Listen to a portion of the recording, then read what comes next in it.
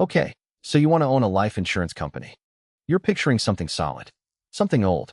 Mahogany desks, a name that's been on buildings since the 1850s, a business that sells the one thing every human being on Earth will eventually need. Proof that when they die, someone they love gets paid. Here's the number that should stop you before you write a single check. Roughly 85% of term life insurance policies never pay a death benefit. Not because the policyholders don't die, because the policies lapse, get surrendered, or simply expire first. Some studies push that figure past 99% for term specifically. Read that again. The product is called life insurance, and in the vast majority of cases, it insures nothing. This is not a business that pays out when people die. This is a business that gets paid when people don't collect. And the entire machine, the actuarial tables, the commission structure, the trillion-dollar bond portfolios, is built around that one quiet fact, decades before you ever sit down to sign anything. We're going to call this the coin that was never fair. Keep that phrase in your head. You're going to hear it again at the end, once you understand exactly which side of the coin the house is standing on. Here's the picture in your head. A family sits at a kitchen table. A father signs a form. If something happens to him, a check arrives, the mortgage gets paid, the kids stay in school. Life insurance as a safety net, bought once, forgotten, there when you need it. Now here's the picture the industry actually runs on. In the United States alone, life insurers currently have $22.2 trillion of coverage in force. Total industry assets sit at roughly $9.3 trillion, more than the GDP of every country on Earth except the United States and China. Of that, $6.1 trillion sits in general accounts. The pool insurers invest on their own balance sheet. Life insurers are the single largest institutional holder of corporate bonds in America, a position they've held since the 1930s, currently owning $3.4 trillion of corporate debt. This is not a family protection business. This is one of the largest asset management operations on the planet, wearing a funeral suit. And it isn't one product. It's several, stacked to look like one. Term life is the cheap version, pure risk, no savings component, coverage for a fixed window, usually 10, 20, or 30 years. If you outlive the term, the policy simply evaporates. No refund, no residual value. You rented protection, the rental period ended, you own nothing. Whole life is the expensive version, coverage for your entire life, plus a savings account called cash value baked inside it, sold as insurance that builds wealth. Universal life sits in between, flexible premiums, a cash value account, and an internal cost structure that even licensed agents routinely misunderstand. While term life is priced to be walked away from, whole life is priced to be impossible to walk away from cheaply. Surrender the policy in year 5, and the cash value you get back is typically a fraction of what you paid in. The insurer has already spent the front-loaded commission and administrative cost against your premiums, and that money isn't coming back to you on exit. One product is designed around a clean expiration date. The other is designed around friction on the way out, engineered to keep you paying long after the original pitch has faded from memory. Life insurance isn't even the whole business, despite the name on the door. Accident and health coverage makes up roughly 27% of the direct premium these companies write. Annuities, a completely different product, essentially a retirement income contract with no death benefit at its core, make up another enormous share, with insurers paying out a record $110 billion in annuity benefits in a single recent year. The company selling you life insurance at the kitchen table is, more accurately, a diversified financial conglomerate that happens to use your mortality as one of several inputs on its books. There's a structural split most buyers never think to ask about. Who actually owns the insurer? Mutual companies, Northwestern Mutual, New York Life, Mass Mutual, are technically owned by their own policyholders, with profits returned as dividends. Stock companies are owned by shareholders, with profits returned as earnings and share price. Both sell you the same 3 products. Both run on the same underlying math. The ownership structure changes who receives the upside. It does not change the odds you're facing when you sign. And this business did not arrive at trillion-dollar scale by accident.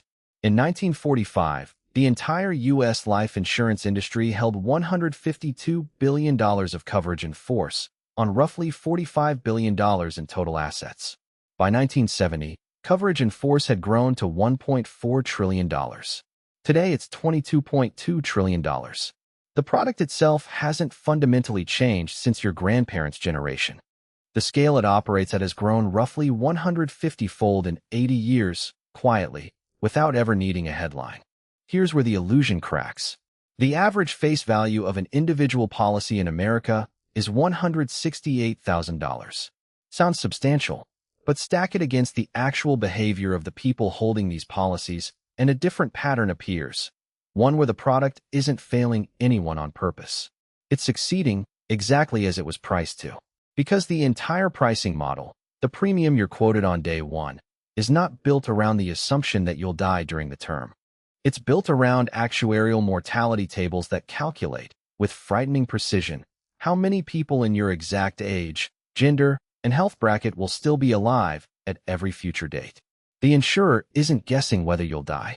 They already know, in aggregate, almost exactly how many people like you won't. And they price the product around that math, not around your individual outcome. You are not buying a bet that you'll die. You are buying entry into a pool where the house has already calculated decades in advance how much of that pool it gets to keep. So you still want in. Let's build the company. First barrier, capital.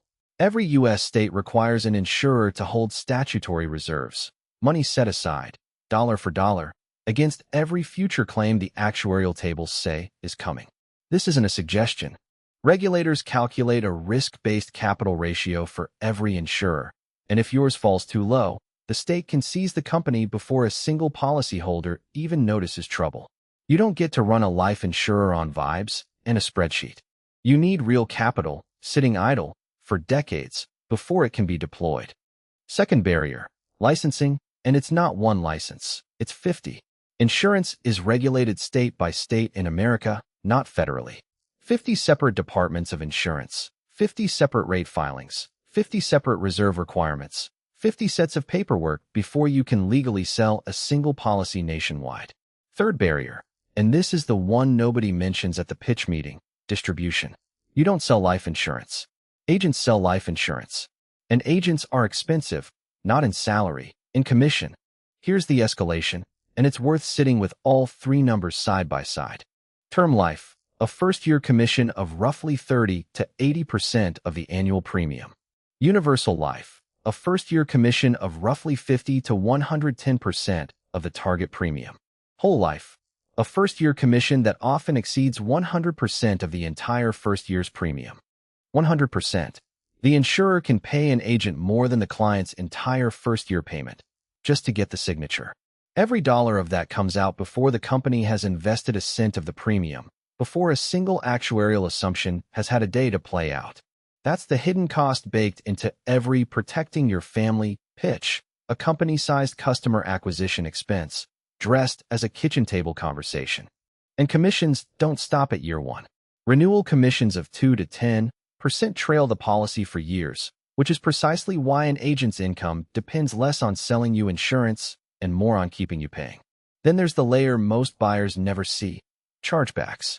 Carriers advance most of that first-year commission to the agent immediately. If you cancel the policy inside a set window, the carrier claws the money back from the agent, which means agents are financially motivated to sell you products that are sticky, expensive, complex, hard to walk away from, not necessarily the cheapest thing that actually protects your family. Fourth barrier, reinsurance. No single insurer wants to hold the full risk of a catastrophic mortality event on its own books.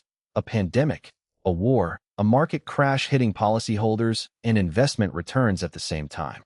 So insurers buy reinsurance, effectively insuring their own insurance, which means another slice of every premium dollar leaves the building before it ever reaches an investment account.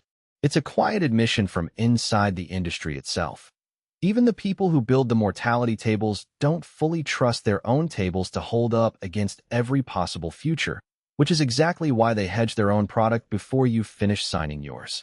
There's one more product tier worth naming, because it targets the buyers with the least room to absorb a bad deal: final expense or burial insurance. Small policies, usually $5,000 to $35,000, marketed heavily to older, lower-income buyers who can't qualify for traditional coverage.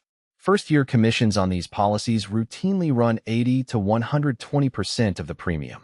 The smallest, most vulnerable end of the market carries some of the highest commission rates in the entire industry.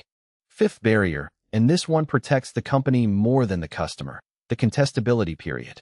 For the first 2 years of almost every policy, the insurer retains the right to investigate and deny a death claim if it finds any misstatement on the original application, a misdiagnosis, an unreported medication, a forgotten smoking history. After 2 years, that window closes and the policy becomes largely incontestable, which means the 2 years you're least likely to need protection are also the 2 years the company is most protected from paying you. And underneath all of it sits a safety net that exists specifically because insurers do fail. State guarantee associations, funded by assessments on other insurers operating in that state, designed to pay out, up to statutory limits, if your carrier collapses before your claim does. It's a quiet admission built into the regulatory architecture itself. The system assumes some of these companies will go under, and it built the plumbing to catch policyholders when they do.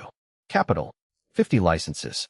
Commission structures that can exceed the client's own payment. Reinsurance on top of that. A 2-year window where your own claim can still be denied. By the time you've cleared all 5, you haven't sold a single policy yet. You've just bought the right to compete. Now here's how the machine actually makes money, and it has almost nothing to do with the death benefit. Step 1. Collect the premium. Step 2. Pay the agent's commission and administrative costs off the top. Step 3. And this is the real engine. Invest what's left. Remember that $6.1 trillion general account. That's not sitting in a vault. It's deployed into long-duration, investment-grade bonds, corporate debt, government securities, mortgage loans, locked into maturities that stretch 10, 20, even more than 20 years out. At year-end, roughly 40% of the industry's bonds carry a maturity of 20 years or longer. Why does that maturity matter so much? Because a life insurance liability is also long duration. A 35-year-old buying a 30-year term policy creates a promise the company might not have to fulfill until 2056. So the insurer takes your premium today and locks it into a bond that pays interest for the next 2-3 decades, collecting a spread between what the bond yields and what they've promised to eventually pay you. This is the same mechanic that made Warren Buffett famous, just wearing a different logo. Collect premiums today, invest the float for decades, profit from the gap between the investment return and the claims eventually paid out. Insurance isn't really the product. Insurance is the funding mechanism for one of the largest bond portfolios on the planet. Look at the asset side of the balance sheet, and the story tells itself. 95% of the industry's general account bonds are investment grade, not because insurers are being cautious for your sake, but because a state regulator would seize a company holding a portfolio as reckless as the one you're about to see collapse in Step 5. Roughly 40% of those bonds mature in 20 years or more, another third mature between 10 and 20 years. This is not a trading desk chasing quarterly returns. It's a company that knows, almost to the year, when your policy is statistically likely to lapse, and has already bought bonds timed to mature accordingly. And here's the part that closes the loop back to Step 1. The company's profit doesn't primarily come from investment returns beating mortality assumptions on policies that pay out. It comes from investment returns compounding, year after year, on premiums attached to policies that never pay out at all, the 85% that lapse. Every year, roughly $200 billion in life insurance coverage lapses or gets surrendered in the U.S. alone. Once a policy lapses, the insurer keeps every premium dollar already collected. No refund. No prorated return. The reserve held against that policy gets released back onto the balance sheet, freed to be invested elsewhere. Lapses aren't a leak in this business model. Lapses are a feature of it, quietly underwriting the profitability of everyone who stayed. There's a second, smaller machine bolted onto the first, the secondary market. If you're a senior holding a policy you can no longer afford, or simply don't need anymore, you can sell it. It's called a life settlement. Investors buy your policy directly from you, typically for 20 to 30% of its face value, take over the premium payments, and collect the full death benefit when you eventually die. You get a fraction of the value today. They get the whole number later. It's estimated that up to $50 billion a year in lapsing coverage could theoretically flow through this market instead of simply evaporating. Value that, right now, mostly just disappears from the policyholder's side of the ledger and never reaches theirs at all. There's a third account most policyholders never notice, tucked beside the general account, the separate account. Variable life and annuity products let the policyholder direct part of their premium into investment subaccounts, essentially mutual funds wrapped inside an insurance contract. Those assets now total more than $3 trillion industry-wide. The insurer collects a fee on that pool, roughly 1.1% of assets, regardless of whether the underlying investments go up or down. On the general account, the company takes the investment risk and keeps the spread. On the separate account, the policyholder takes the investment risk and the company still gets paid. Either structure, the fee flows one direction. And every dollar not paid out to commissions, reinsurance, or fees eventually becomes a reserve entry on the balance sheet. Money regulators require the company to hold against future claims, calculated policy by policy using the same mortality tables from Step 2. The moment a policy lapses, that specific reserve requirement disappears. The capital that was locked against your policy is instantly freed for the company to deploy elsewhere, at the exact moment it stops needing to worry about ever paying you. Zoom out to the industry level, and the cash flow tells the same story at scale. In a recent year, life insurers reported $171 billion in operating cash flow, premiums coming in faster than claims going out, even after accounting for a record year of benefit payments. That gap between what flows in and what flows out isn't an accident of good years and bad years averaging out. It's the structural result of a product priced, from day one, around the statistical certainty that most of what comes in this year won't need to go back out as a claim for decades, if ever. Premiums in, commission and reinsurance out. What's left gets locked into decades of bonds. And the profit compounds fastest on the policies that quietly walk away. Every machine built on locking money away for decades has one structural weakness. It assumes the money it locked away will still be there when the bill comes due. In April 1991, that assumption broke. Executive Life Insurance Company was, at the time, the largest life insurer ever to fail in the United States. More than 300,000 policyholders, roughly $10.5 billion in assets on the books. Its founder, Fred Carr, had built the company's investment strategy around one very specific bet. Instead of the boring, investment-grade corporate bonds that make up the industry norm, Executive Life poured 55 to 60% of its portfolio into junk bonds, high-yield, high-risk debt, sourced almost entirely through one man, Michael Milken, and his firm, Drexel Burnham Lambert. The logic looked elegant on a spreadsheet. Junk bonds paid a far higher yield than investment-grade debt.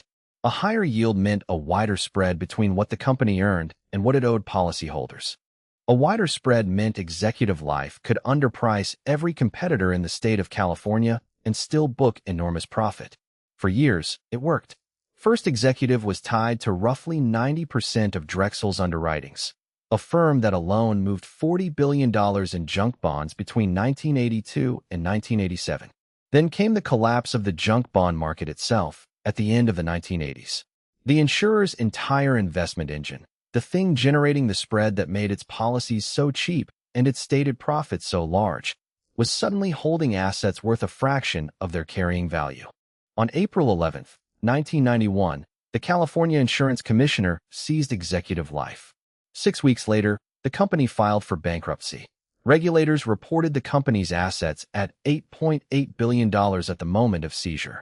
Later losses from liquidating the collapsed bond portfolio cut that figure by another $1.3 billion. At the moment of seizure, Executive Life owned one of the largest junk bond portfolios in the world, publicly valued at more than $6 billion. 9 days later, New York's insurance commissioner moved on Executive Life's New York subsidiary as well, placing it into receivership, not because the New York arm was declared insolvent outright, but because regulators had seen enough of the parent company's numbers to stop waiting for confirmation. That subsidiary's lucrative annuity business was later absorbed by MetLife, while its investment portfolio was handed to Credit Suisse, two of the industry's largest players, effectively dividing the wreckage between them within the same year. By December 1991, the state approved a sale of the junk bond portfolio, and the insurance business, together as a package for $3.25 to $3.50 billion to a buyer called Altus Finance, a subsidiary of the French bank Credit Lyonnais. On paper, it looked like a rescue. In reality, prosecutors later alleged that Altus had secretly arranged a network of front companies to disguise the true buyer and win the bidding process through concealment rather than the highest honest offer. It took over a decade of litigation to unwind. In 2005, California recovered more than $930 million in settlements from Credit Lyonnais and its co-defendants for the deception. Notice what actually failed here. Not the underwriting, not the mortality tables, not a wave of policyholders dying faster than predicted. The actuarial side of the business, the part built to price your risk of death with frightening precision, worked exactly as designed. What failed was the other half of the machine. The decades-long bet on what happens to trillions of dollars of locked-away capital between the day you pay your premium and the day, decades later, someone might collect. The human cost sat underneath every one of those dollar figures. More than 300,000 people, policyholders, retirees living off annuities purchased from executive life, pension funds that had placed their beneficiaries' futures into what was sold to them as a conservative, guaranteed product, spent years unsure how much of what they were promised they would actually receive. Some annuitants saw their guaranteed payments cut. Litigation over the disputed sale stretched well into the 2000s, more than a decade after the seizure, with the final major settlement not landing until 2005, 14 years after regulators first walked through the door. The lapse-supported profit model assumes the money stays safe while it waits. Executive life is the case study in what happens when the people managing that wait bet the house on the wrong yield. So if the policyholder mostly doesn't collect, and the insurer's spread can evaporate overnight in a bad decade, who actually wins in this system? Start with the agent. On a whole life policy, first-year commission alone can exceed the client's entire first-year premium.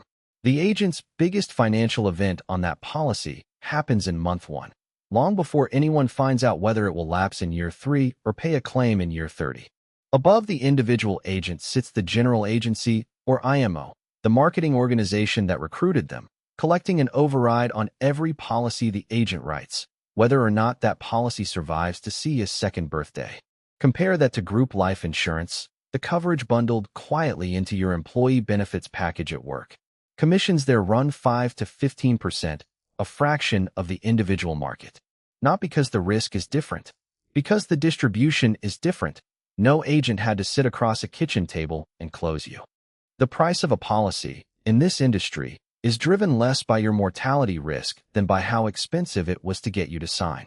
Then the mutual insurers, the ones structured so policyholders are technically the owners. Companies like Northwestern Mutual and New York Life return profits to policyholders as dividends, which sounds like alignment. But those dividends are funded by the same underlying mechanics as everyone else's profit, investment spread, and the quiet subsidy of everyone who lapses before collecting. Then the bond issuers. Corporate America has relied on life insurers as its single largest institutional buyer of long-term debt since the 1930s. Every time you pay a premium, you're not just buying protection. You're supplying patient, multi-decade capital to whichever companies the insurer's portfolio managers chose to fund.